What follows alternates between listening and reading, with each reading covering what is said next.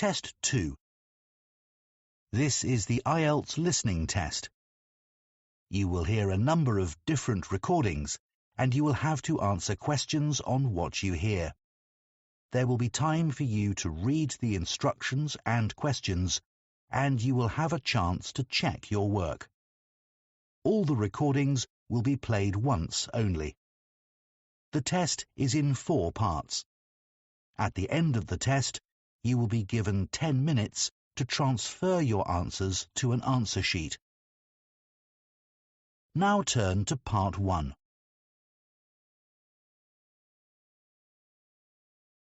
Part 1. You will hear a woman who is caring for her elderly mother talking to a friend. First, you have some time to look at questions 1 to 4.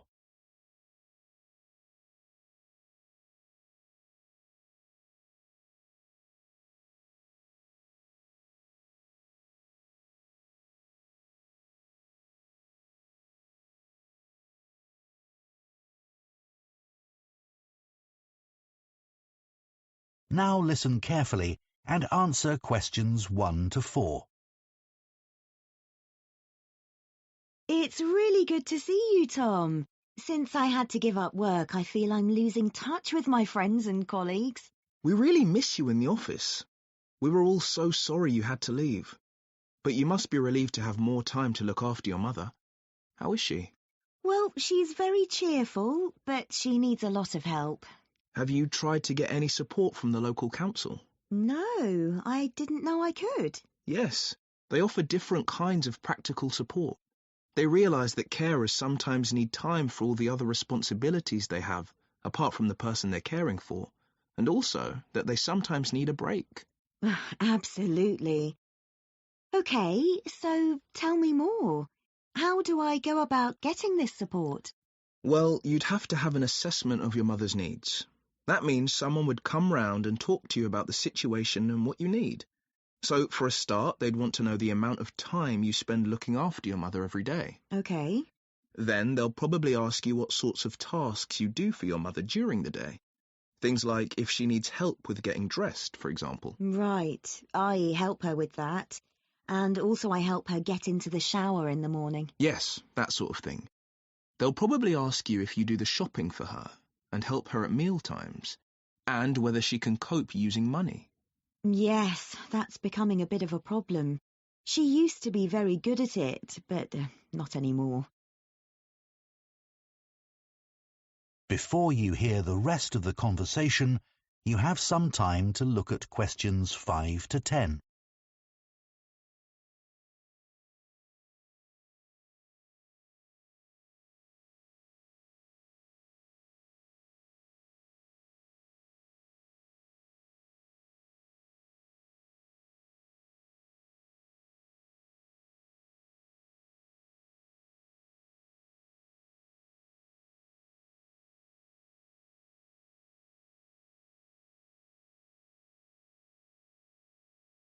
Now listen and answer questions 5 to 10.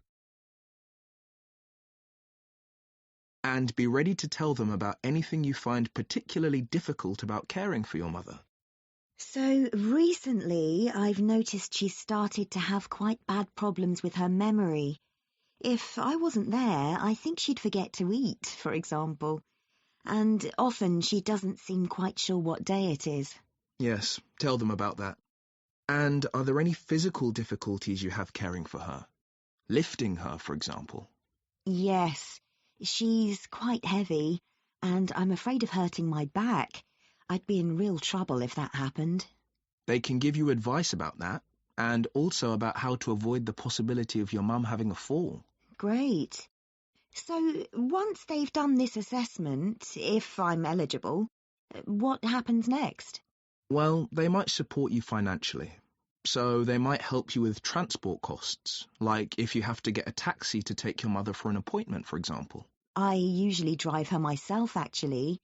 So could I claim for the petrol? You could. And you can claim for the insurance too. Oh, right. And if you need help with the housework, they can arrange for someone to come along once or twice a week. And one other thing. I hope you don't mind me saying this, but it's important you look after yourself. And it seems to me you're under quite a bit of stress. I am, yes. Well, tell the council, because they may be able to give you some advice on how to minimize it. Really? Though, actually, I feel so much better having talked to you. I'll get in touch with the council straight away. Now, shall we go for coffee or something? That is the end of part 1. You now have 1 minute to check your answers to part 1.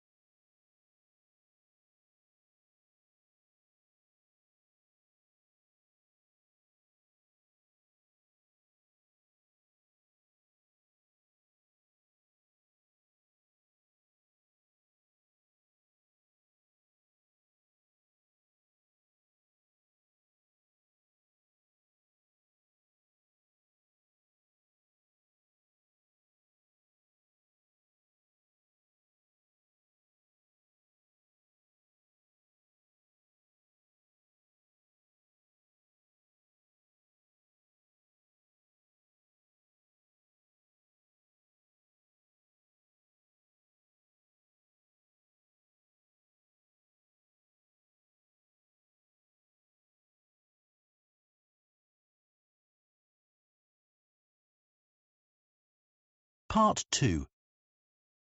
You will hear a man who works for Elmley Town Council talking to some people who want to join the small town's volunteer scheme. First, you have some time to look at questions 11 to 16.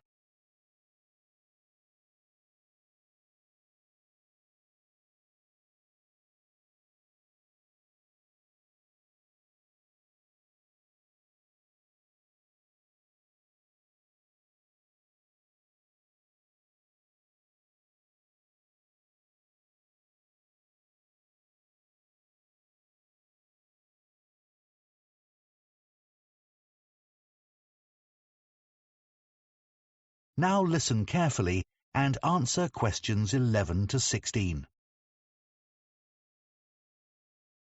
Good morning, everyone. I'm Steve Wainwright from Elmley Town Council, and I organise the town's volunteer scheme. I'm delighted you're all interested in joining the scheme. Our volunteers help to create a sense of community among the many people who live in our historic town of Elmley, and make residents and visitors feel welcome at local events. First, I'll mention just a few of the activities that volunteers carry out.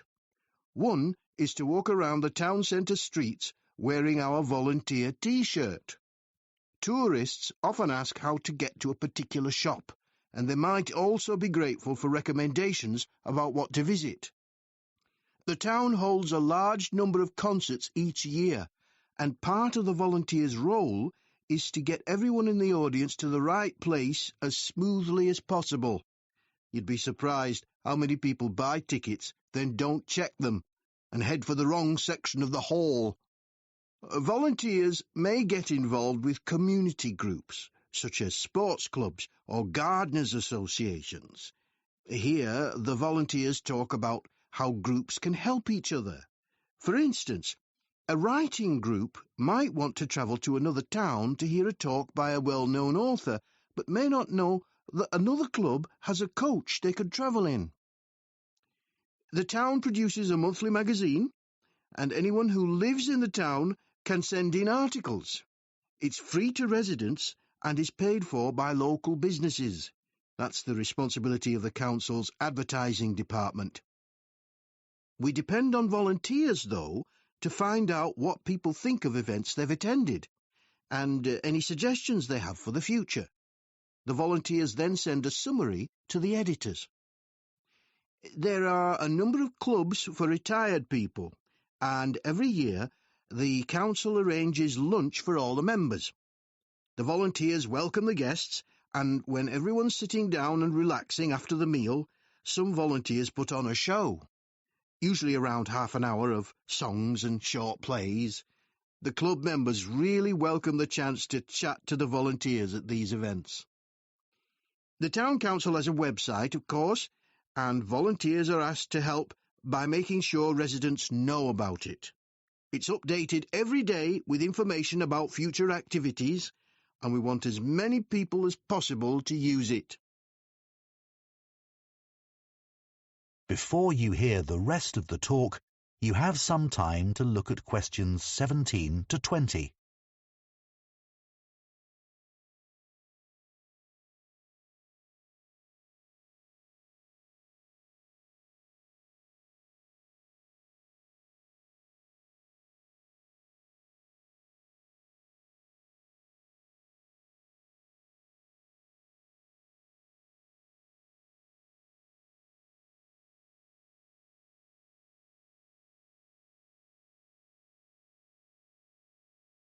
Now listen and answer questions 17 to 20.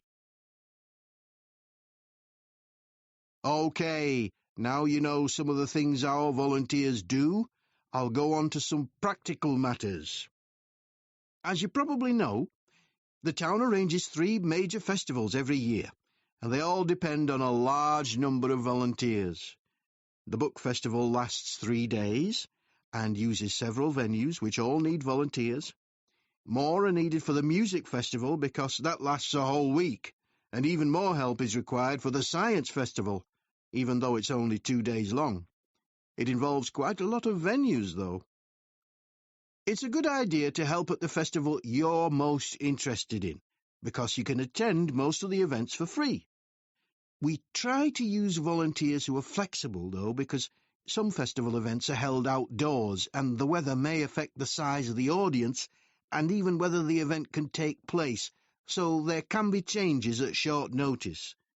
What's essential, though, is being able to get on well with other people and also to deal with someone who's behaving badly, as occasionally happens. Our plan is to get you all working in September, after a week's training starting on the 2nd. So we'll be timetabling you for duties the following week from the 9th onward. Later, in the week beginning September 23rd, we have a chat with each of you to find out how you feel about being a volunteer and what extra support you need. As a thank you to the volunteers, we arrange an annual event. In recent years, we've had a party in the town hall, and last year, a barbecue in Chamber Park. Our forthcoming event is a trip along the canal from here to Dewhurst and back. It's on Saturday, September the 28th, and if you'd like to attend, you can sign up once you start work. Now, this is the volunteers' T-shirt. That is the end of part 2. You now have 30 seconds to check your answers to part 2.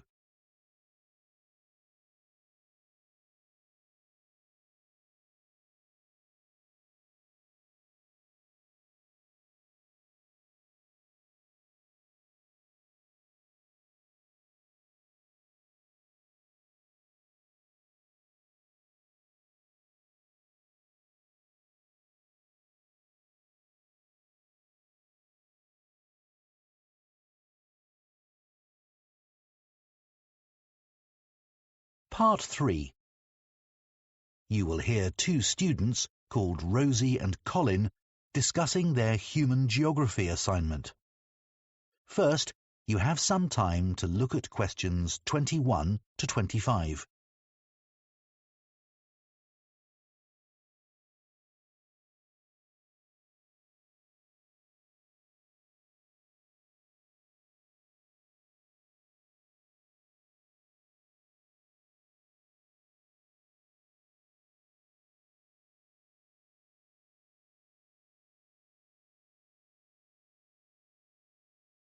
Now listen carefully and answer questions 21 to 25. Colin, I'm really struggling to think of a topic for our human geography assignment. Me too, Rosie. I'll tell you what, let's think about the different aspects of human geography and see if we can narrow the topic down a bit to help us decide. OK, so one aspect is population. That would be all about population density and migration and so on. Lots of facts and statistics. Maybe a bit boring? Yeah, but quite straightforward to find on the internet. Suppose so. How about health? I'd never thought about the links between that and geography until Professor Lee gave us that lecture on cholera.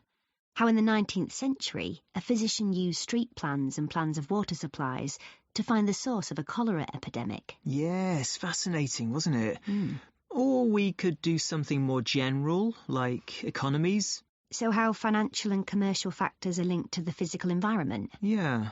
I thought that had been taken off the syllabus for this year. Has it? I'm not sure, but it might be best to avoid it. OK. Maybe we could do something on culture. We had that lecture about culture and geography last week. I didn't get much out of that. It was all so general, and the lecturer didn't give any useful examples. Yeah, I hardly took any notes. It didn't seem worth it. Me neither. We could focus on poverty. That's something that's a global problem. The trouble is, Dr. Lee was saying, that you have to be careful with some of the figures relating to poverty. They're sometimes deliberately manipulated. You mean the information gets changed for political reasons? That sort of thing, yes. Before you hear the rest of the discussion, you have some time to look at questions 26 to 30.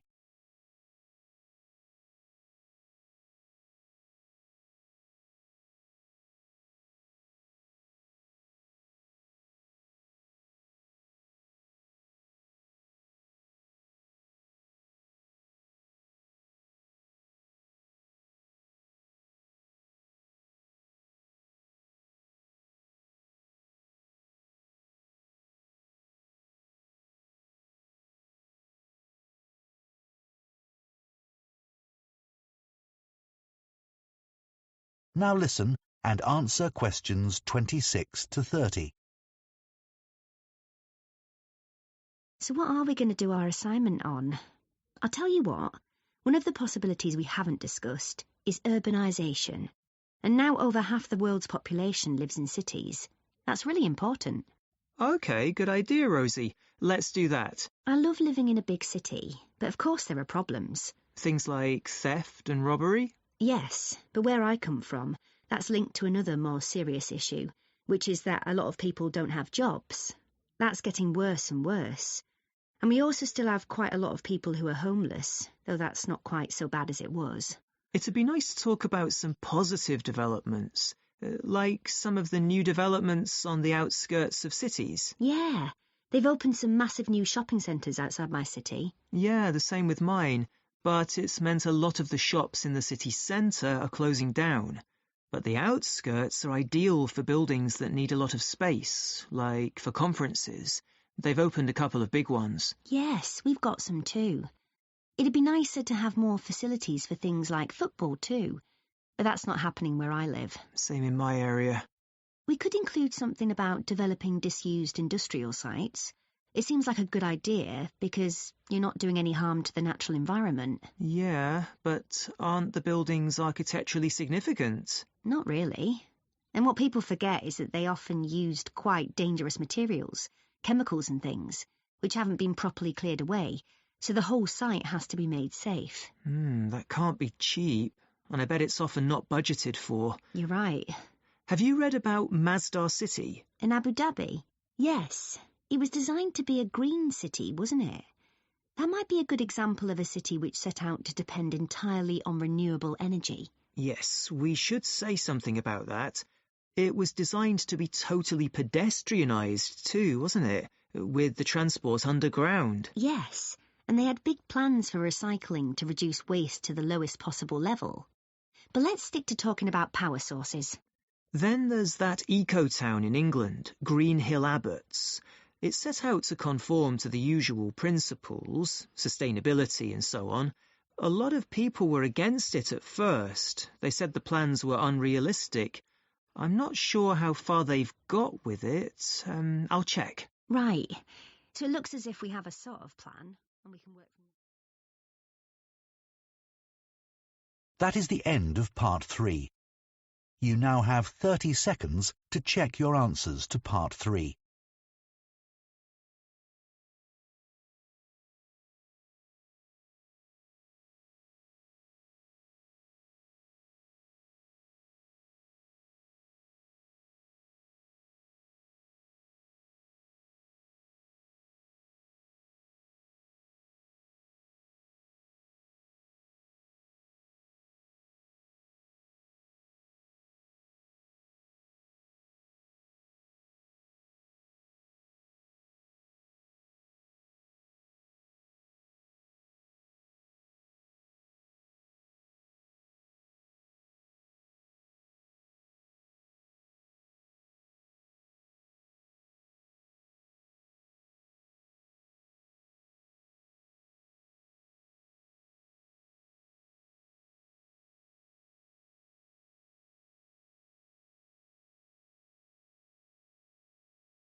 Part 4.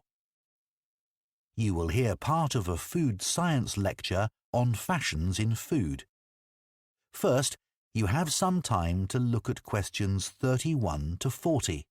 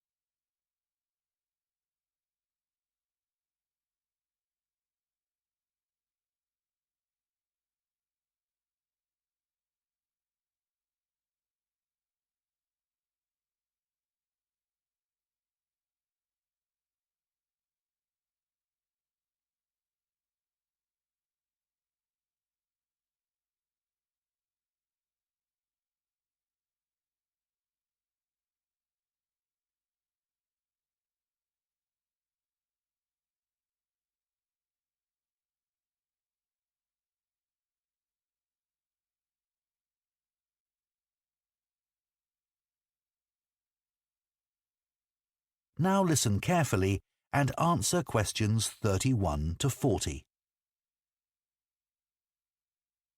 There are trends in food much as there are trends in clothing. Interest in food fashions has risen rapidly since the birth of the smartphone, when people first began taking photos of their food and instantly sharing them with their friends. The food industry in the UK in particular is obsessed with finding and exploiting the next big food trend. Marketeers aim to create a huge demand for a food item which was previously unknown or not needed. One of the most effective ways of promoting a new food product is by using social media influencers as brand ambassadors. In return for free samples, many influencers will post content about a product. Although there are influencers with hundreds of thousands of followers who can command large fees for their services. Companies which sell vegan produce were pioneers in being able to increase sales really quickly in this way. For a food item to become really popular, it has to be readily available. So supermarkets have a role to play in creating a new food trend. They have dedicated teams closely following which new products or ingredients are trending on social media and are particularly interested in what well-known chefs are putting on their menus.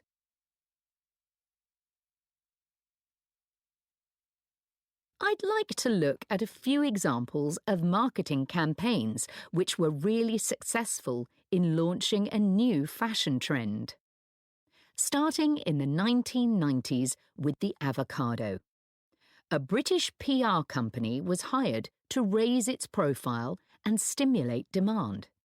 They paid for a group of journalists to travel out to South Africa to meet avocado farmers.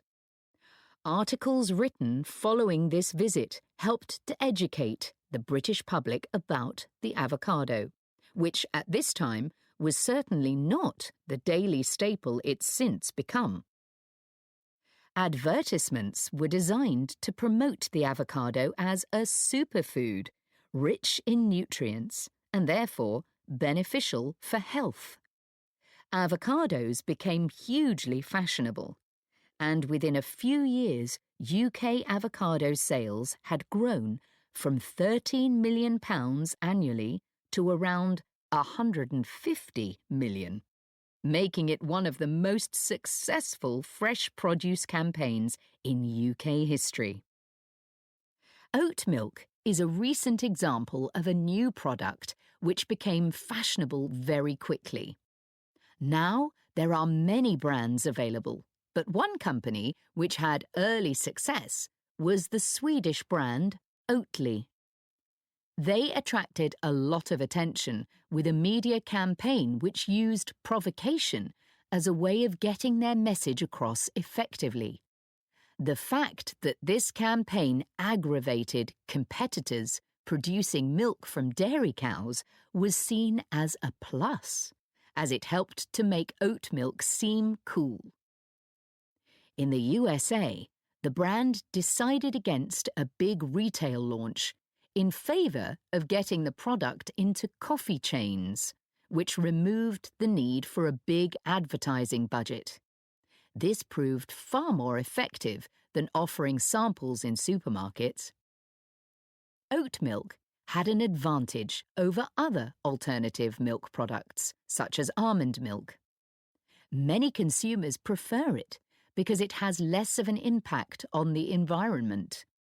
It requires significantly less water to produce than other alternative milk products, and it also has a relatively low carbon footprint. Norwegian skrei, a rarely available seasonal fish delicacy, otherwise known as Arctic cod, is now found on the menus of Michelin-starred restaurants throughout Europe. The demand for skrei has been used by a food marketing agency to build the reputation of Norway's fisheries in general. Marketing surveys have shown that a significant number of shoppers now associate Norway with excellent seafood. Food trends can be considered a good thing in some ways, as they can benefit farmers and food producers enormously. The public can also be encouraged to buy things which are more sustainably produced. But ethical concerns have been raised about the effects a surge in demand can cause. Quinoa is a classic example. This plant is native to Peru, and when demand peaked some years ago, the price soared, making it unaffordable for local people. While the popularity of quinoa has benefited farmers financially, there have been other negative consequences. As demand grew, farmers began working the land all year round in order to produce more quinoa. One issue has been that the fertility of the soil decreased dramatically, which could potentially lead to desertification in some areas. Another example would be the case of... That is the end of Part 4. You now have 1 minute to check your answers to Part 4.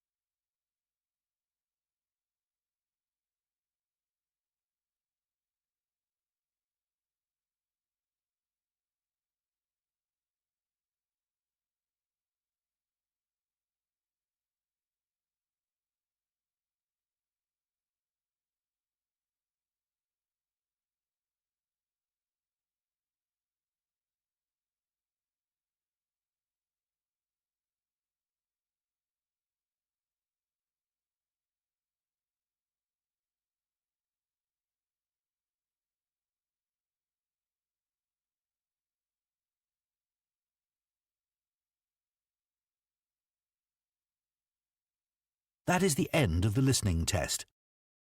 In the IELTS test, You would now have 10 minutes to transfer your answers to the listening answer sheet.